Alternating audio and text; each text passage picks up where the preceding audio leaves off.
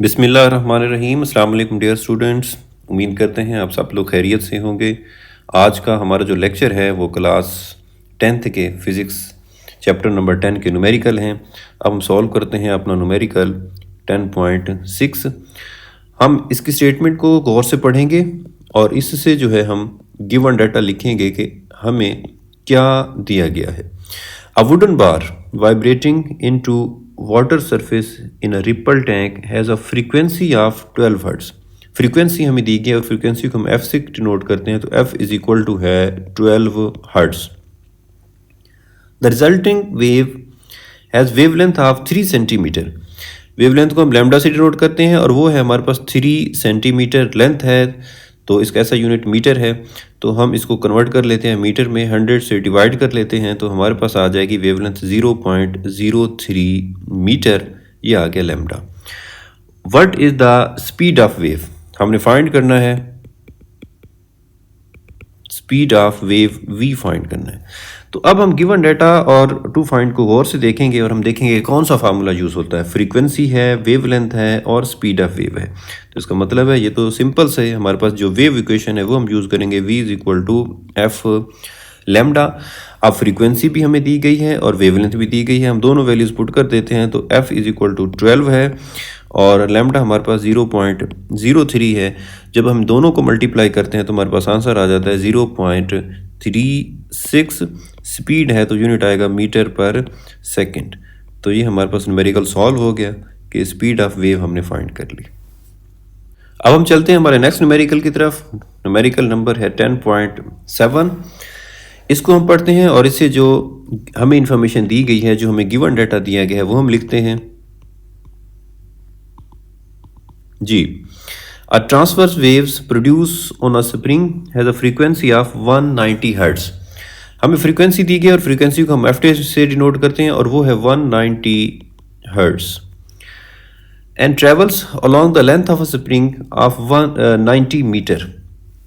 ये लेंथ है, डिस्टेंस है, ऐसे डिनोट करते हैं उसे, और वो है हमारे पास 90 मीटर इन 0.5 सेकेंड, और हमें टाइम दिया गया है 0.5 सेकेंड। और हमसे पूछा गया है ए पार्ट में कि what is the period of the waves. हमने टाइम पीरियड फाइंड करना है, कैपिटल टी से डिनोट करते हैं। और बी में हमसे पूछा गया है कि what is the speed of waves, हमने वी कैलकुलेट करने हैं। उसके बाद सी पार्ट में हमें कहा गया है कि what is the wavelength of the wave, और इसे हम लैम्डा से डिनोट करते हैं। ये तीन चीज़ें हमने फाइंड करनी है जब हमें फ्रीक्वेंसी, डिस्टेंस और टाइम गिवन है। अब हम इसको सॉल्व करते हैं। सबसे पहले हम ए पार्ट सॉल्व कर लेते हैं और इसमें हमने फाइंड करना है टाइम पीरियड। अगर आपको याद हो कि फ्रीक्वेंसी दी गई हो और टाइम पीरियड हमने फाइंड करना हो तो हम क्या करते हैं, तो हम फ्रीक्वेंसी का रेसिप्रोकल सिंपल से ले लेते हैं कि we know that T is equal to होता है 1/f। तो 1/190, तो हम इसको अगर हम डिवाइड करें 1/190 तो हमारे पास आंसर आता है 0.01 सेकेंड। तो ये हमारे पास आ गया टाइम पीरियड। उसके बाद बी पार्ट में हमने फाइंड करना है स्पीड। तो हम स्पीड के लिए कौन सा फार्मूला यूज़ करेंगे। अब हमें, क्योंकि अगर हम देखें कि अगर हम वेव इक्वेशन यूज़ करें v equal to F lambda, तो हमारे पास लैम्डा नहीं है, तो इसका मतलब हम वेव इक्वेशन तो यूज़ कर ही नहीं सकते। फिर हम देखते हैं इन दो चीज़ों पे कि हमें डिस्टेंस दिया गया है और हमें टाइम दिया गया है। तो यहाँ से अगर हम सिंपल से स्पीड की इक्वेशन यूज़ करें v इक्वल टू s/t। अब हमारे पास s है 90 ओवर और t हमारे पास कितना है 0.5। तो यहाँ से हम जब डिवाइड करते हैं 90 ओवर 0.5 तो हमारे पास आंसर आता है 180, और स्पीड है तो यूनिट आएगा मीटर पर सेकंड। तो ये सिंपल फार्मूले से हमारी स्पीड आ गई जी। पार्ट सी में हमने फाइंड करना है वेवलेंथ। तो वेवलेंथ को अब हम किस फार्मूले से जो है वो सॉल्व कर सकते हैं। तो वेवलेंथ के लिए हम यूज़ करेंगे wave equation. We know that v is equal to होता है F lambda and lambda is equal to हो जाएगा v/f। तो v के लिए अभी हमने जो है आंसर निकाला वो है 180 और f हमारे पास है 190। तो आंसर आ जाएगा lambda is equal to 180 divided by 190 0.95 wavelength है, तो यूनिट होगा मीटर। तो 0.95 हमारे पास वेव लेंथ आ गई। नेक्स्ट न्यूमेरिकल है हमारे पास 10.8।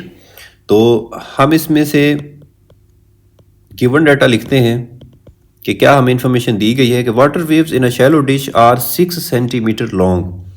वाटर वेव्स और उनकी हमें क्या दी गई है, लेंथ दी गई है। तो इसका मतलब है ये हमें वेव की लेंथ दी गई है, वेव लेंथ दी गई है, और वो है 6 centimetre.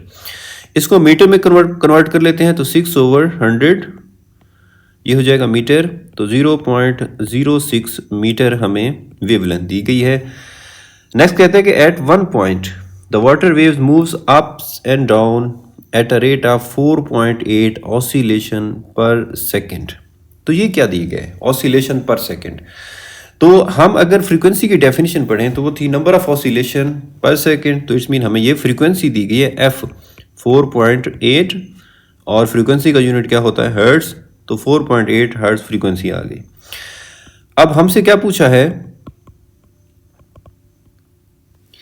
What is the speed of water waves. हमने स्पीड फाइंड करनी है वाटर वेव्स की।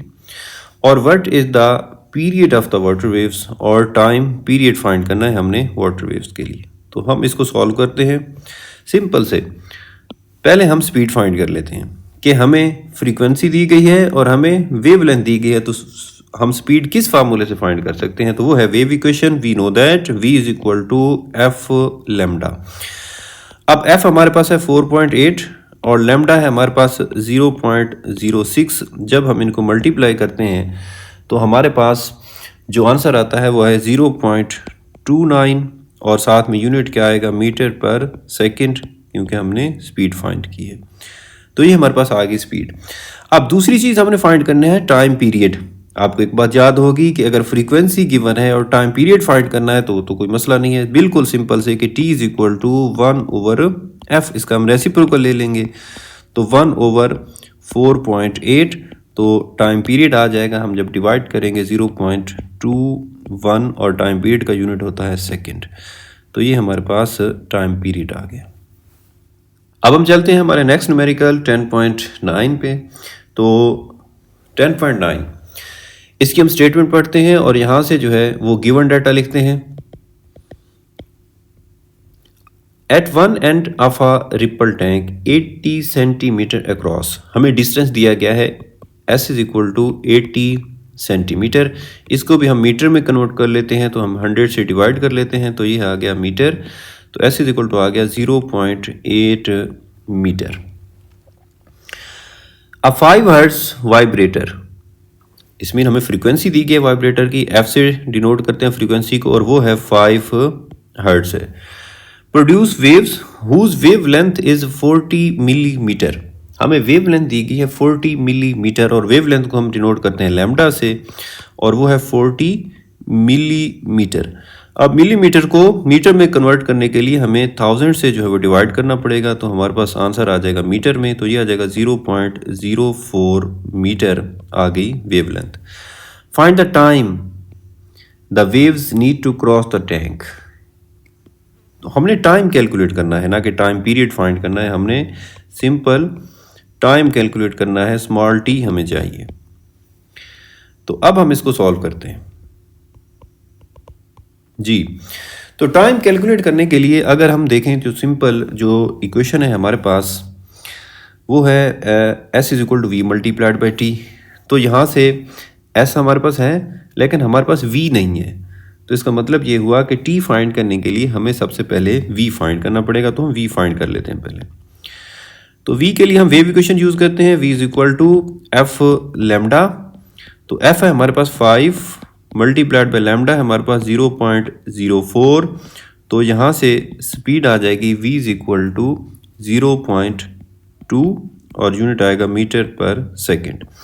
अब स्पीड जब हमने कैलकुलेट कर ली, अब हम सिंपल से फार्मूला यूज करके we know that s is equal to V multiplied by T and t is equal to s over v।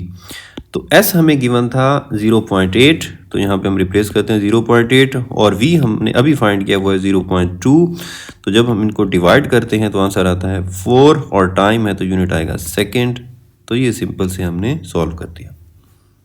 अब हम चलते हैं हमारे नेक्स्ट न्यूमेरिकल की तरफ और वो है न्यूमेरिकल नंबर 10.10 और ये लास्ट न्यूमेरिकल है हमारे पास।